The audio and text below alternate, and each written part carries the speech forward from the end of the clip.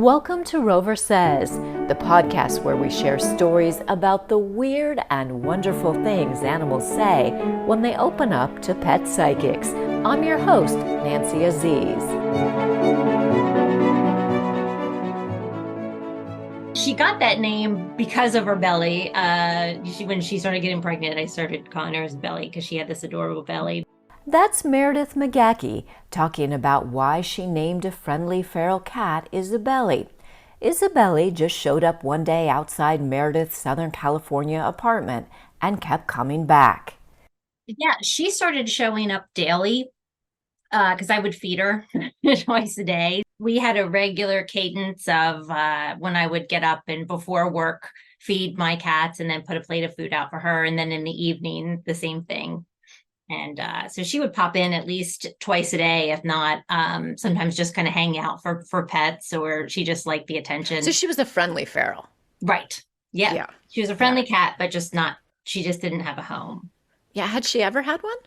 I don't think she had ever had one, no. Or she may have had someone that had her when she was a kitten. And then when they moved, they didn't take her with them.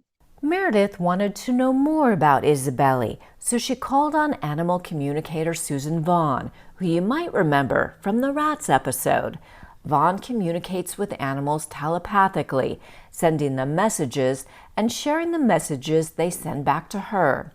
Meredith had worked with Vaughn before when her cat named Richmond had gotten lost. He didn't come home, and I was just losing sleep. I was out strolling the streets looking for him, calling for him, reading things on the internet of what to do, what not to do, and just kind of agonizing over where he could be, if he was okay. And I really wanted to bring him home. So I think I was just sort of Googling what people do, and something popped up about an animal communicator, and I thought, well, this sounds too good to be true. I can't imagine that would work. But I had exhausted all my options and was really just so desperate that I thought, I've got nothing to lose, so let me give it a try. So Meredith did give it a try, and while she didn't get Richmond back, Vaughn did help Meredith understand what had happened to him. Come to find out what had happened along his journey, cats are very territorial, and they almost have an agreement like a timeshare. You know, you're able to use this space during this time. And what had happened, my cat had crossed an area that he wasn't supposed to. And in order for him to cross the path to be able to get back, there was another cat that was much larger and wanted to fight, and basically said, if you come back this way, that'll be the end of you. Meredith talked to people living in the area and showed them pictures of Richmond. They confirmed they'd seen him, and they'd also seen the other cat.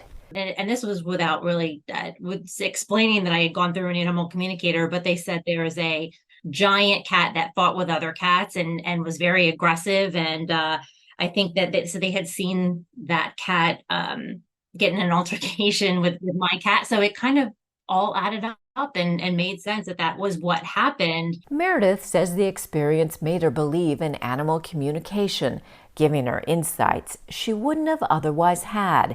Here's pet psychic Suzan Vaughn. If you come to a place where you really love your animal and you're totally puzzled about what's going on with them, sometimes we can give you some insights on what their perspective is that you hadn't considered. To understand their perspective is what's missing for a lot of people. It's such an interesting story because I didn't get the outcome. Things didn't go the way that I kind of thought that they would go, but it really opened the door for me to start looking into animal communication. And, here I am 6 years later, and a huge advocate for encouraging people, anyone who loves pets, to really explore this avenue as a tool to enhance their relationship with their animals. To fill the void left by Richmond's loss, Meredith started fostering cats and kittens, and then Isabelly came along. Because when she showed up on my doorstep, I thought, what a beautiful Siamese-looking cat. She's got to belong to someone. And when she showed up on my doorstep pregnant, I thought, I've really, even if she doesn't have a home, I've got to get her spayed. And I could catch her, but bringing her inside, she just made it very clear she wanted nothing to do with the indoors.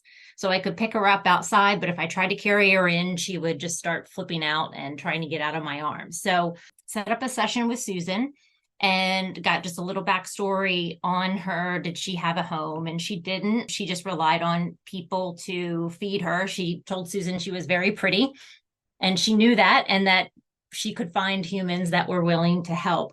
And then when she was pregnant, I said, I asked Suzan to kind of show her the process of being spayed, that it would involve coming indoors, fasting before surgery. Then she would have the major surgery, wake up, and she would have to recoup indoors. And she said, oh no, absolutely not. I could not imagine being inside for that many days. I don't agree to this. After the kittens were born, Meredith had another talk with Suzan Vaughn.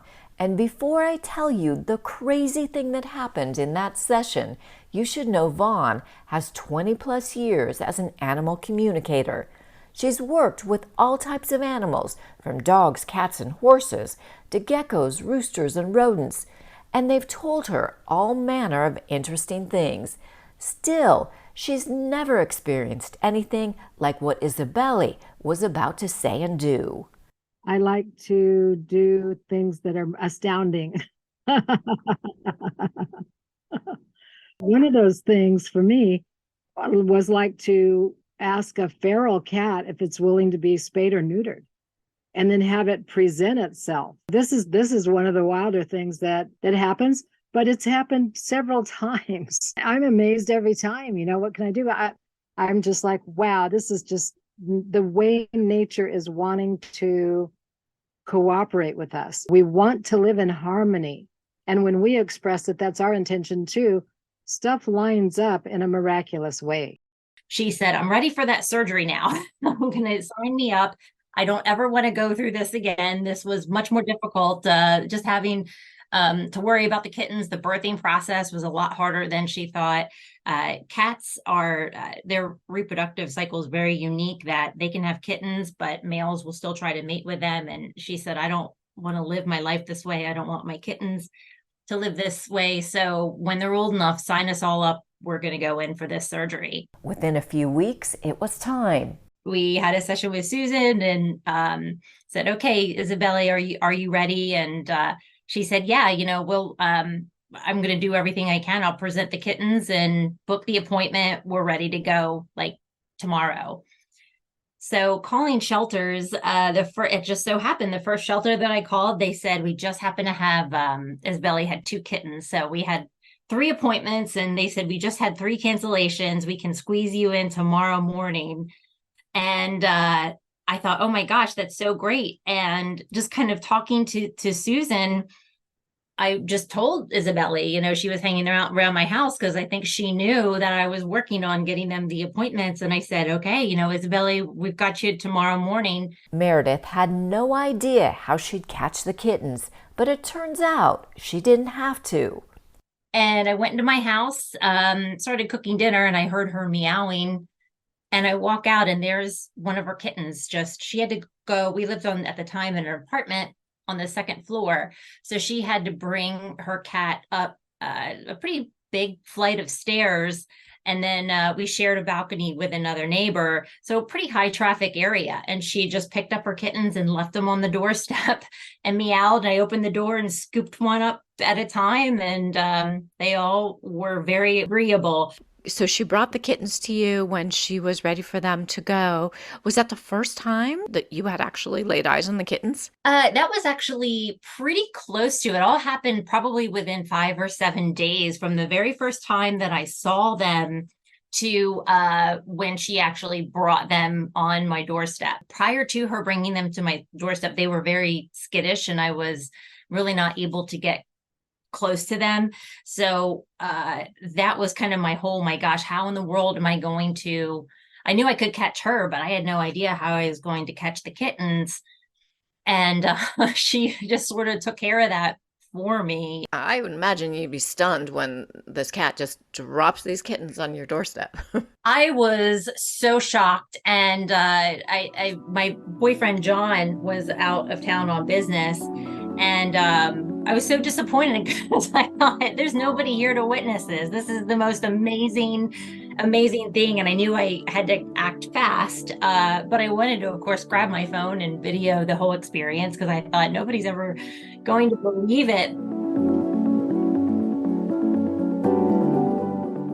Meredith recalls Vaughn helped Isabelly understand the details of what was about to happen.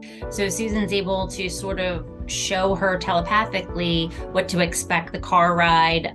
You're going to probably have some medications that'll make you go to sleep. When you wake up, you're not going to feel great. You'll be kind of nauseous. And then there'll be quite a bit of recovery time. Isabelly and the kittens had surgery and received their vaccinations. They recovered at home with Meredith. And they really did beautifully.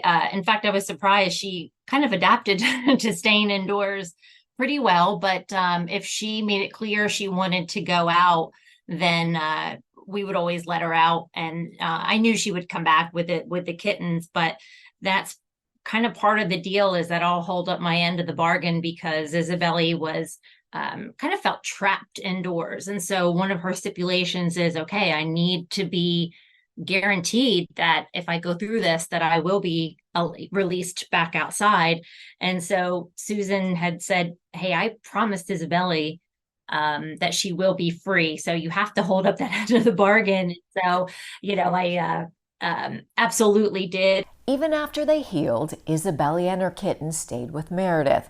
And when Meredith was moving from an apartment to a house, she had Vaughn explain the move and the increased danger of coyotes. Meredith says she had to remind herself what Vaughn had told her when they first started working together to find her lost cat, Richmond. A lot of times they want to go outdoors. And as a pet parent, I thought, okay, I can never again allow any animals outside and I have to keep them in. But with an animal communicator, I've kind of learned that that's like a jail sentence. If I am telling them how to live their life, the best thing I can do for them is let them have free will to have a happy life. Because there are some cats that have to be outside. They've got to go outdoors. And if you don't allow them, they'll just be unhappy and very resentful. And if they want to get out, they'll find a way. So, this way, with working with an animal communicator, I'm able to explain all of the dangers that are on the outside and ask them when I call their name to show themselves or come home. And that's just made all the difference in our relationship because we have an understanding of at nighttime, they know there's a curfew, and when they're called, they've got to come in order to keep that right to be able to have access to the outdoors. And we've gone over things like coyotes and how to react and how they can protect themselves and how they can avoid those situations in cars and being poisoned or anything under the sun.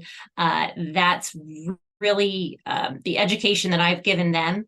And in return, they've just showed me so much appreciation. We have such a happy kind of coexistence and relationship. And I feel that I know it gives me the confidence that I'm allowing them to live their best life. And for Isabelly, that best life meant being free. After we had been here for about 2 months, at one point she kind of went out and she was on the fence, and I called her. I said, okay, it's every time for everybody to come in, and all the cats were in except for Isabelly.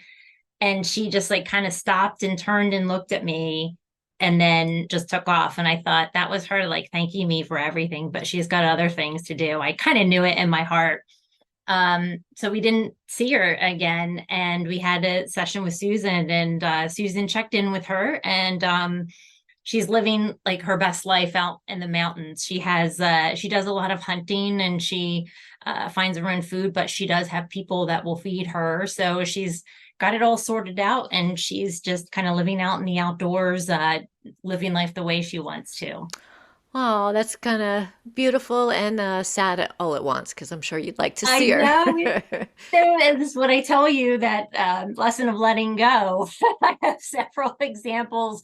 Apparently, that's been a tough nut to crack for me because for some reason I keep getting that lesson over and over of, you can only do so much. And then there's times where you do your best and then you have to say, okay, the rest is up to you. You get to choose where you get to, where you want to live and how you want to live. And I have to be accepting if that's not what I would want. Would you be surprised one day if Isabelly came back to say hello? I would love it. I would be very surprised, but I guess you just never know. I think cats in particular are just very resourceful, very good at finding their way home. And yeah, if that's meant to be, that would be a wonderful surprise. Thanks so much for listening to Rover Says. If you like the show, please rate it, follow, and share. It helps new listeners find the show. And we'd like to hear from you. Tell us what your pet is telling you or what they've told pet psychics. You can email us on our website at roversays.com. I'm your host, Nancy Aziz. We drop new episodes every other Wednesday.